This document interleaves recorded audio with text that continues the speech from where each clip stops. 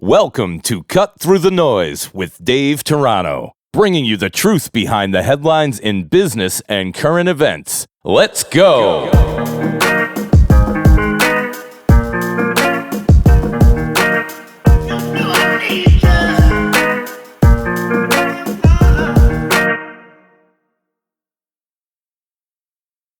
Part 3, we're going to talk about the inevitable obstacles, and we'll probably build most of this around the virus. Yeah. And the things that get in the way of this. You've got your why and you're accountable.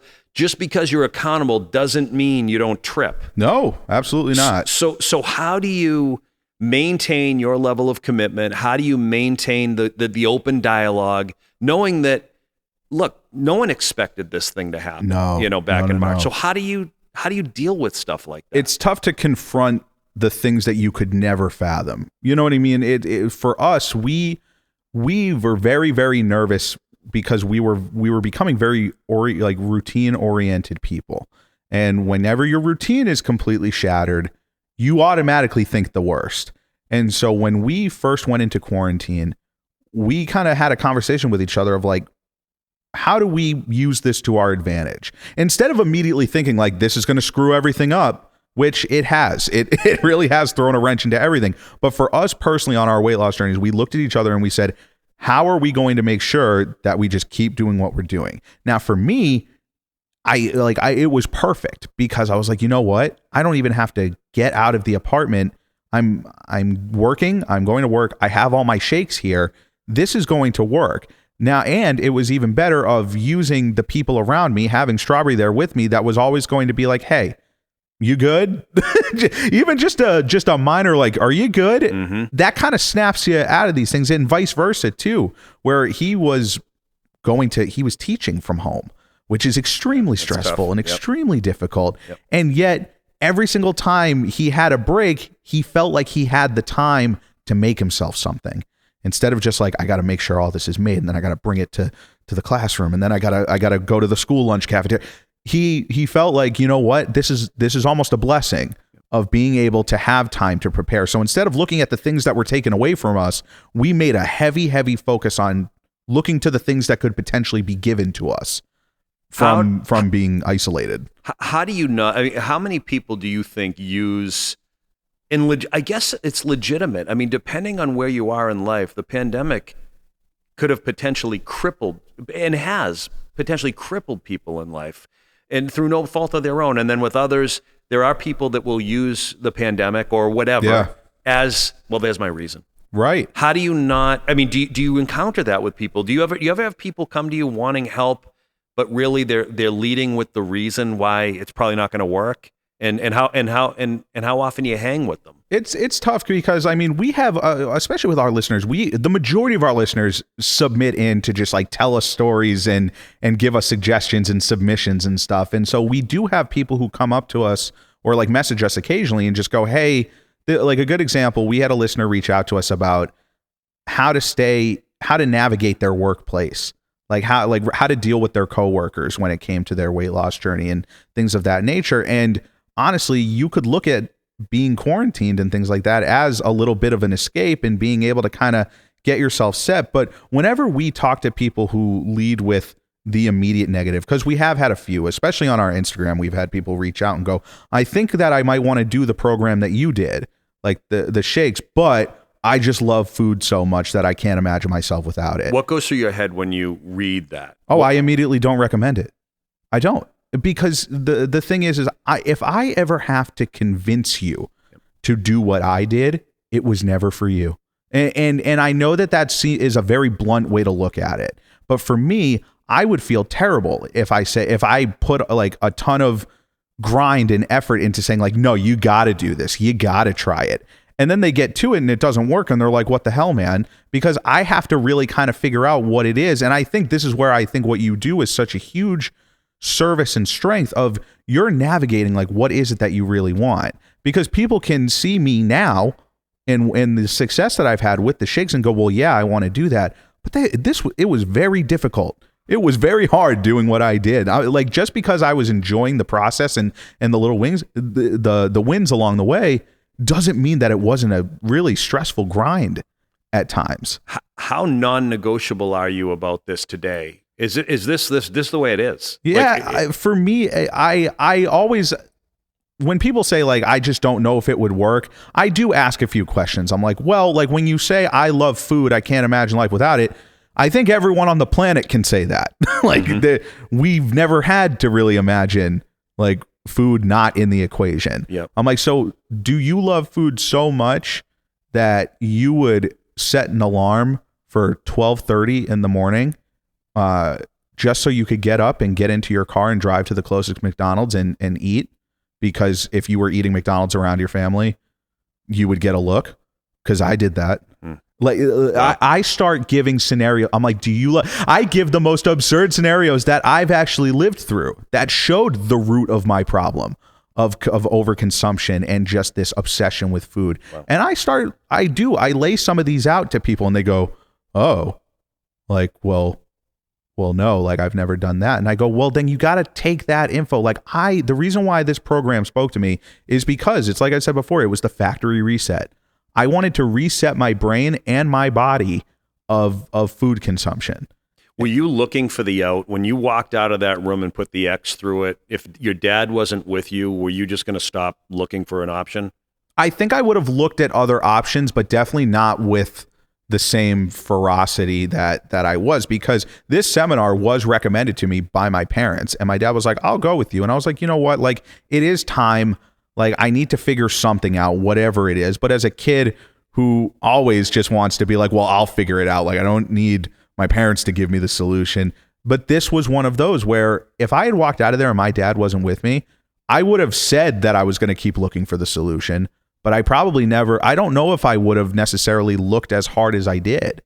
It was that is probably the most pivotal time of my past 3-4 years, is that one day walking out where I'm so thankful that my dad was with me, where he easily laid the steps out for me and how he thought it was different.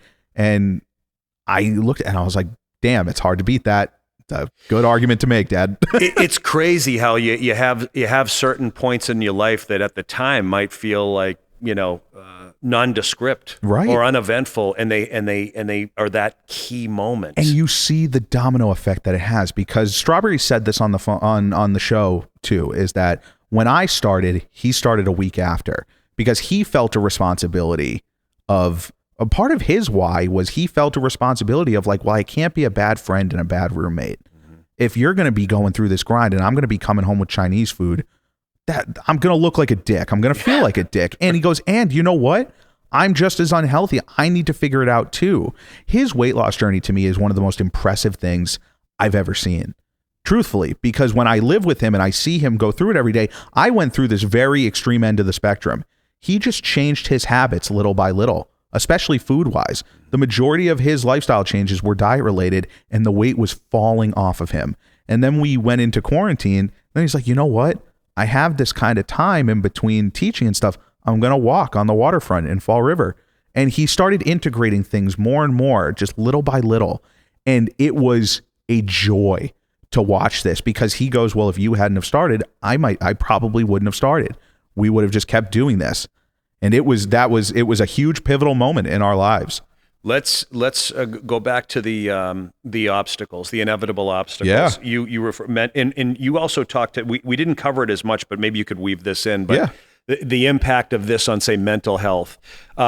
But the reality is if somebody wants to take this on and they say, well, you know what, but I love food and I just can't stop. I love Italian food and I just can't stop eating it. And they have that thing, that cozy thing, where really what they're saying is I've tried, it just doesn't work for me. I'm not like that. But if they got to the point and they said, no, I am serious. I need to do something. My guess is the first thing you'd want to know is why. Yeah. Why do you want to do this? And then say that was believable.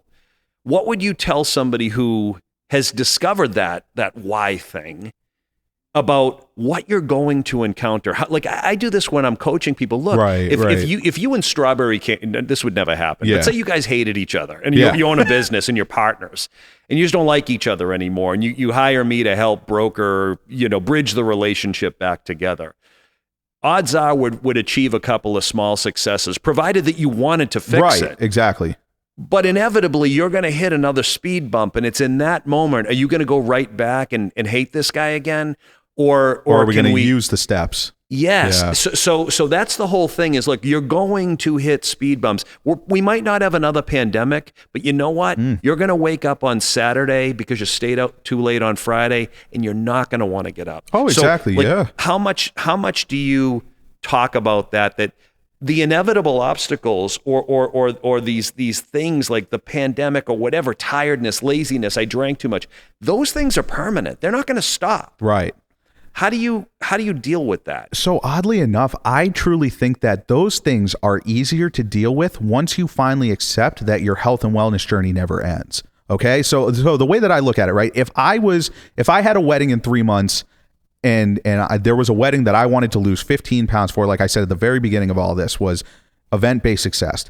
If I had something that was 3 months from now and then I felt myself slipping 2 weeks out before that event, and I was like 6 pounds away with little time left, I would think that the sky is falling. I wouldn't allow for any, I would try not to allow for any distractions or, oh no, like an event came up that I have to go to while I'm trying to be working on it. You can't just cut out your life for event-based success. You have to fold it into your, when you have lifestyle change and you're trying to establish something that you know will never end because you're just establishing good habits, you can deal with the bumps and the nicks and the bruises a lot better because it's just a small dot on the line that is the rest of your life. And I tell that to people all the time. I'm like, you have to make sure that your foundation is not only good, but has longevity.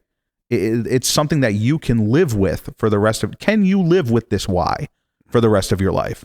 Because that's got to be it. And now people's whys do change. I'm not saying that they don't, but I do think that your why has to have a sort of foundation that you can live with. So therefore, when you run into a pandemic or when you run into an election, like the top searches for the election were pizza near me, liquor near me, and weed.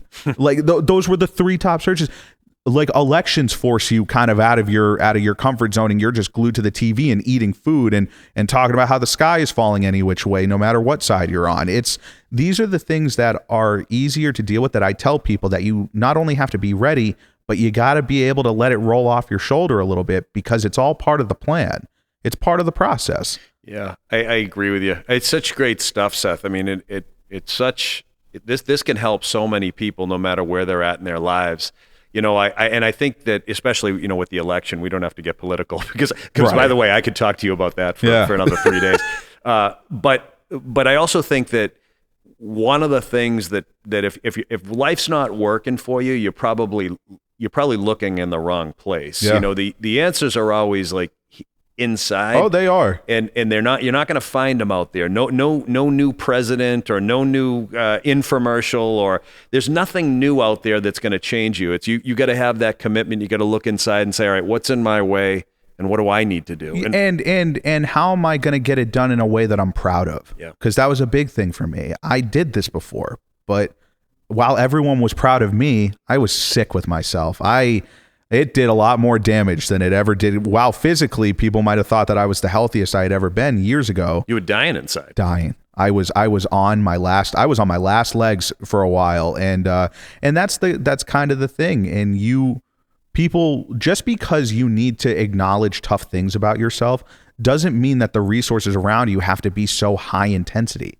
That's what our show is a resource. Like, we want it to be a resource for people that's fun and funny and good to laugh about, and saying, like, you know what, like, this is a topic that's caused me a ton of pain in my life, but it's also caused them a ton of pain, and they're laughing about it, so we can laugh about it. And it's not shoving away the severity of it. It's right. Not, because it did do some damage to us, but that doesn't mean we can't have a little fun with it and let people know that they aren't alone, and that we've got your back. It's so well done. You started this thing in June, and I listened to it. I'm like, is this a professional radio show?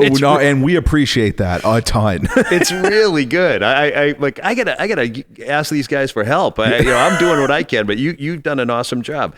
All right, just let's wrap up with just connections and the types of, how do you create a support system? You talked earlier about getting out there and actually talking about it right. with people, but I was talking to one of my kids yesterday. Actually, we talk about this stuff all the time, but especially when you don't. I don't think you have high school kids yet. I don't know if you have kids yet. No kids at all. No. Okay, but especially young kids, they're always concerned about where they stand, in the crowd. How do they look? Are they accepted? All this stuff that we all have gone through at one point or another in life. But one of the things that I've been talking to them about is, here's the deal with the people that you choose to allow into your life. Right. The first thing is in what way are they benefiting from you? Are your friends and connections better off because of you? What are you doing to contribute to those relationships? And the other thing I always ask is, are you better because of them? Do you leave, when you hang out with these people or those people, those friends, do you leave feeling better about yourself? Do you leave feeling like you've got support?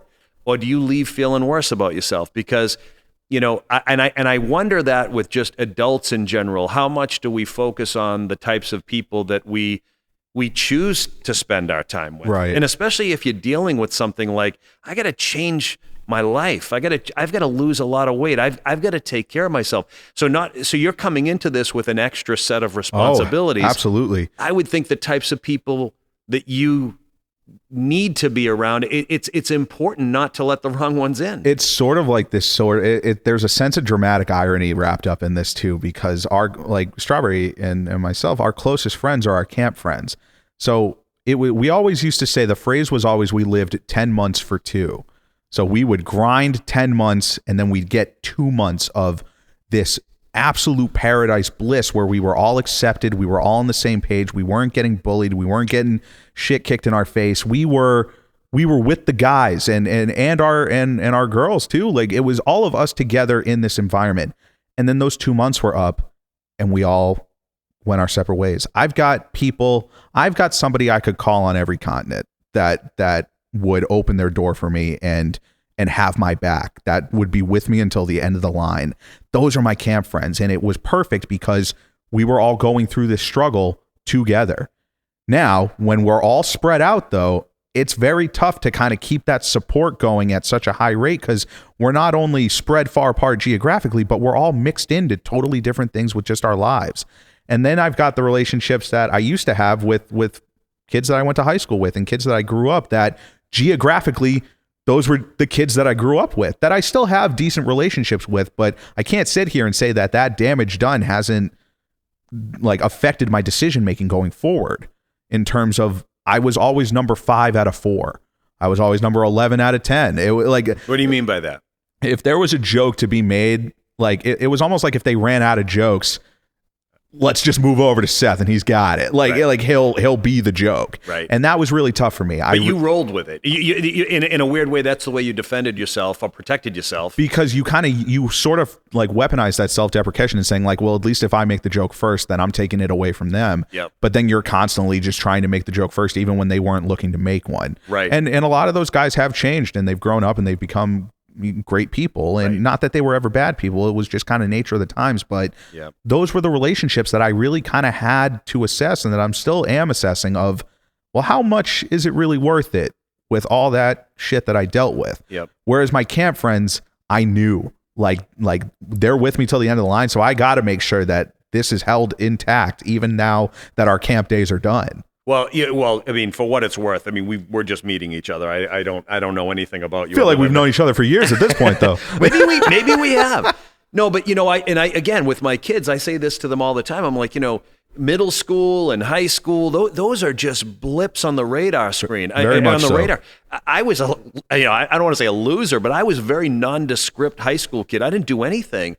But I don't look at my life as high school. I look at my life as it's a cumulative story. Oh here. yeah, it's a massive book. Yeah, and there are so many people that I from my childhood or high school years that they were everything back then, and they're really struggling today. And I think a lot of them, they identified with what they were then, and they weren't able to build off of it. Right. And I say that to my kids all the time. Like the kids that you think are awesome now, a lot of them won't be. And it's not because they're not good people. It's because they never learned what you're talking about today, which is these disciplines and these foundational things that, like when you lost the weight, starving yourself and running 12 miles, not sustainable. No. And a lot of like our success as youths, it's not sustainable success. You might be a great athlete because you're taller than everybody else. Right. Early. You hit your growth spurt early. Yeah, you hit your growth spurt early, but all of a sudden everyone else hits and you're not the same person anymore. Or maybe meanwhile, the person who had a delayed growth spurt that was working constantly every day. It's going to kill you. It's going Right. to kill you. So I look at the underneath, and especially like coaching people for a living. I look at people, I'm like, who are the ones that put in the work, Right. and who are the ones that are open-minded? If you put in the work and you're always learning, I can do anything with you. Exactly. If you don't put in the work, if you're lazy or uncommitted and you're closed-minded, I don't want anything to do with you. Right. And so I always say that to the kids. I'm like, whatever you think is success now is not going to be it in 10 years, 20 years. The most successful people you meet in your life are probably not going to be the people that are succeeding now in high school or middle school.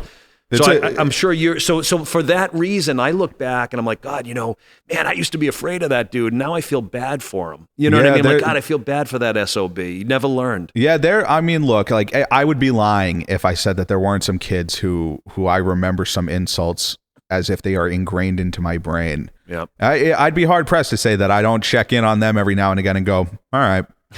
Yeah, it's tough, and I know that it's not the most positive outlook to have. Yeah. But when I do look, I wish someone was telling me this when I was in high school, when I was getting kind of, and like, don't get me wrong, I was extremely involved because I felt like I had to be. Like, you were class president? I was my class president. Yeah. I was my class president. I was in a business competition program called DECA, where we were going to conferences and I was winning awards. I placed second in the state at one point for hotel and lodging management. That was like my vertical. And I was going to nationals. I was doing a lot of stuff. And but really, truthfully, the reason why I felt like I needed to do a lot of that stuff was because I just needed to distract everybody from the fact that I was fat. And I felt like if I had more accolades, if I had more stats on my stat sheet, then it would just be like, well, yeah, like Seth's this before he's fat.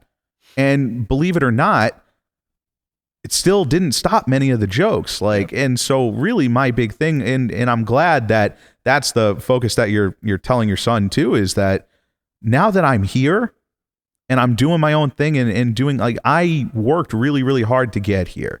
And I have no shame in saying that, because I don't think that that's like cocky or anything to say. And I think that some people might think not at all that it's but I tried really, really hard to put myself in a position to be where I'm at today.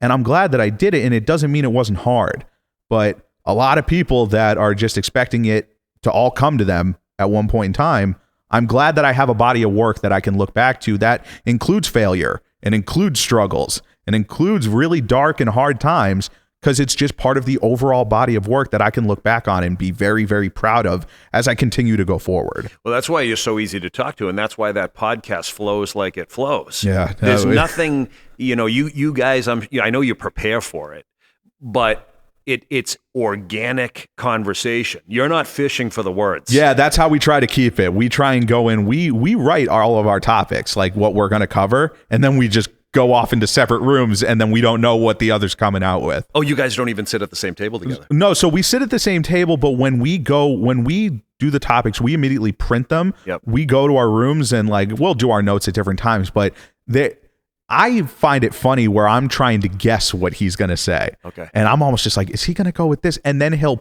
Strawberry will put me on my ass with something totally different. And every laugh is an authentic laugh, Yep. which I am so happy about, Yep. because the one thing I can't stand is when people try to force authenticity. Yep. And what we have is us. I always tell people, I'm like, it's literally what we talk about while we're sitting on our couch, except there's microphones in front of us now and a table. Yeah, it's obvious. It's obvious. And that's why, when you say, I don't want to be cocky and I put in this work, of course you put in the work. There's nothing to be ashamed of. I mean, that's what life is. And that's why I think it is authentic, or I like to use the word real. Yeah. But that's why it is, because it comes from a place of experience and falling down and getting back up. And that's what it is. And I think what you're doing is awesome. And when I listen to, I've listened to 3 or 4 episodes, my God, this applies, and I'm redundant, I realize, but no, it applies bears to repeating. everything. It does. It applies all over the place, and you can find applications for what we're talking about into just about everything, as long as you understand why it is that you're trying to do that thing. So I have two questions, and we'll wrap it up. The first question is there anything that I haven't asked you that I should have asked you? No, I honestly think that it could be a telethon. We could go for 24 hours, but we covered the big things. If there's one thing that I do want to leave people who are listening to this, is that if you are going to look to do a weight loss journey, you got to take care of your mind as much as you're taking care of your body. And so we've talked about that throughout this whole thing about the mental aspect, but there is no shame, there is no harm. And in fact, I would recommend and encourage professional mental health help along the way, just as even just a second opinion on someone who's not a dietitian and not a nutritionist, just someone who's there for you to talk all of your craziest stuff out to, that can package it all together and give it back to you in a more coherent way that's helping you find the way. I couldn't recommend that enough. It's great advice. So Seth Williams, thank you very much for sitting with me today. Sorry for the wait. Apple, Spotify, Stitcher, and wherever else you listen to podcasts. Yeah, absolutely. And thank you so much for having me. This was an absolute blast. I enjoyed having you, man. Thanks a lot. Yeah. You've been listening to Cut Through the Noise with Dave Toronto. Please subscribe, and for more information, check us out on Instagram at CTTN Podcast.